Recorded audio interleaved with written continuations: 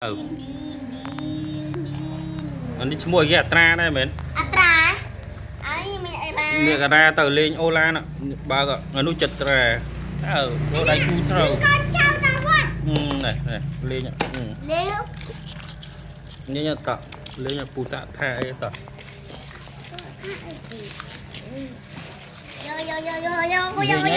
Tục với hai lên tì, ai lắc lên tiền. Rồi. Trái kia tao đi mặt. Tao xui nè kêu. Tao nó. Ba ạ. Yin. Cái này bà cũng đi ta đất kia nào bà.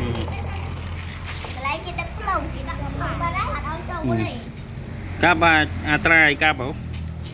Cáp ấy. Hẹn cáp lại nè. Dây chật ra cáp á cho chân cùng dây anh nhé. Ôn cái cáp á. Tra. Tra cáp. Tra cao. Tra đây nè. Chớp. Quên đi.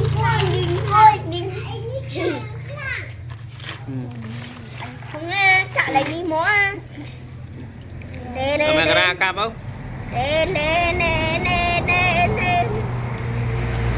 Trả đây nè. Chọn nữa.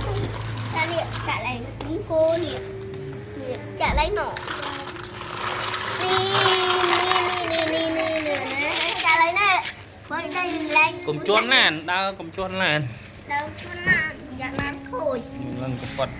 Ê, đang ăn như. Qua bên đây. Mình ra nó uống này nè.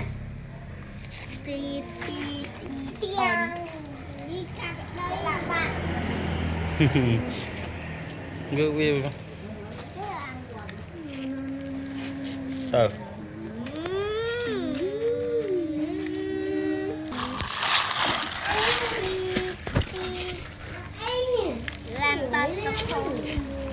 Lan tắt trong thương uống bánh cà phê đây anh lên anh hãy bánh anh mở con đi sống học nữa